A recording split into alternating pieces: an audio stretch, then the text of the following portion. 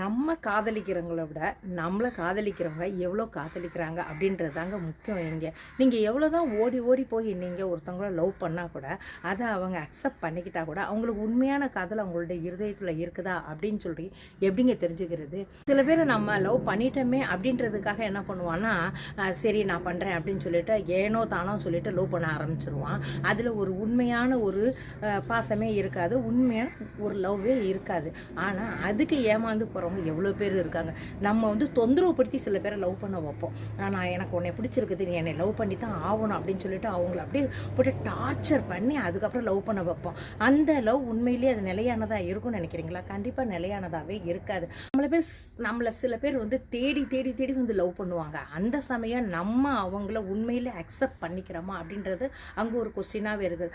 அவங்க வந்து நம்ம தேடி தேடி பண்ணுறாங்கன்றதுக்காக நம்ம ஓகே அப்படின்னு சொல்லிட்டு அவங்கள உண்மையிலேயே லவ் பண்ணிங்கன்னா ஓகே. இல்லைன்னா இந்த வெறுமனை நம்ம ஓகே நான் பண்ணுறேன், அது பண்ணுறேன், இது பண்ணுறேன், இல்லை நம்மளுடைய அன்பு வந்து ரொம்ப புனிதமானது, ரொம்ப வந்து ஒரு புனித நீர் போன்றது அப்படி எப்படின்றத டைலாக்லாம் தயவு செஞ்சு விட்டுருங்க. உண்மையிலே பண்ணுன்னா அதை பண்ணுங்க. உங்களோட லைஃப்பில் அது வந்து நல்லாயிருக்கும். அதை விட்டுட்டு இன்றைக்கி இருக்கிறத கலிகாலமாக போச்சு, எங்கே பார்த்தாலும் எதுக்கு எடுத்தாலும் லவ் வைரலாக போய்கிட்டு இருக்குது. மோனலிசாவுடைய லவ் பண்ணி இதெல்லாம் வந்து பின்னாடி நீடிய நாள் வாழணும், அதுக்காக நம்ம வாழ்த்துறோம். ஆனால் வாழ்வாங்கன்றது ஒரு கொஸ்டின் மார்க். ஏன்னா இந்த வயசில் வர்றதெல்லாம் ஒரு இன்ஃபேக்சுவேஷன். எடுத்த உடனே நம்ம ஒன்றரை மாதம் 1.5 வருஷம் இப்படி லவ் பண்ணுறோம். ஆனால் அதுக்கப்புறம் என்ன செய்யணும்? உடனே இம்மீடியட்டாக கல்யாணத்துக்குள்ளே போயிடுறாங்க. கல்யாணத்துக்குள்ளே போய் அதை என்ன பண்ணுறீங்க? அந்த கல்யாண லைஃப் வேறு, உங்களுடைய நீங்கள் லவ் பண்ணுற காலகட்டம் வேறு. அந்த லவ் பண்ணுற காலகட்டத்தில் மாதிரி இல்லை கல்யாணத்தில் லைஃப் இருக்காது. அந்த இதை வந்து நீங்கள் அப்போ எதிர்பார்ப்பீங்க, அது உண்மையிலே அந்த இடத்துல ஃபெயிலியராக போயிடும்.